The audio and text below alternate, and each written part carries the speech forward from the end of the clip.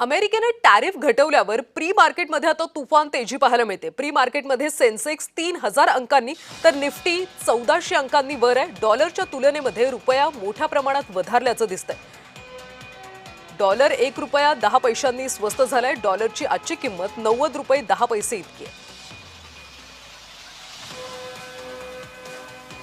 डॉलरच्या तुलनेत आता रुपया काहीसा वधारल्याचं पाहायला मिळतंय। अमेरिकेने टॅरिफ घटवलंय, आता टॅरिफ 18% आहे, त्यामुळे प्री मार्केटमध्ये सध्या तुफान तेजी पाहायला मिळते।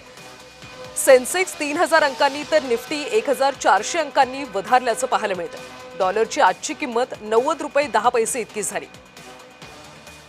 अमेरिकेचे अध्यक्ष डोनाल्ड ट्रम्प यांनी आयात शुल्क कमी केलेलं आहे। 25%वरून त्यांनी 18% केलेलं आहे, त्यामुळे सध्या प्री मार्केटमध्ये तुफान तेजीचं वातावरण पाहायला मिळते। सेन्सेक्स 3000 अंकांनी उसळला तर निफ्टी सुद्धा 1400 अंकांनी सध्या वर असल्याचं पाहायला मिळतंय।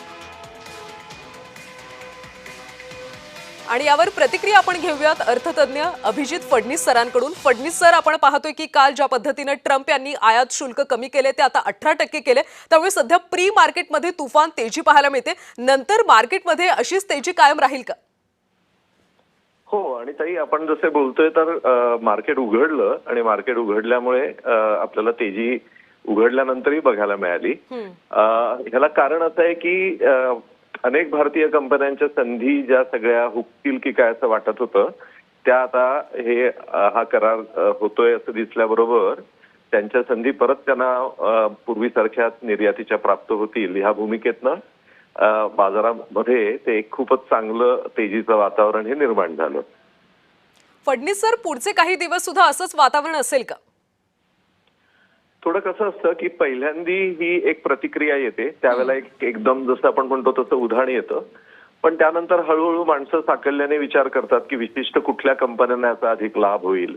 मग त्या कंपन्यांचे शेअर्स म्हणजे टेक्सटाईल्स मधले किंवा रसायन क्षेत्रामधले यांच्याकडे मग खरेदीचा भर हा थोडा अधिक राहील। अभ्यास करून अनेक परकीय गुंतवणूकदार परत भारताकडे परत वळतील, जे 2025 मध्ये सातत्याने विक्री करून भारतातनं बाहेर पडले होते, त्यांचा परत एकदा पैशाचा प्रवाह ह्या निवडक कंपन्यांकडे यायला सुरुवात होईल।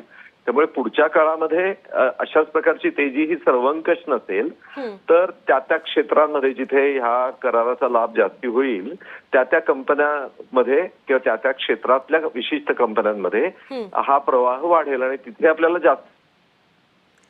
नक्कीच फडणीस सर, नक्कीच धन्यवाद या सगळ्या सखोल विश्लेषणासाठी।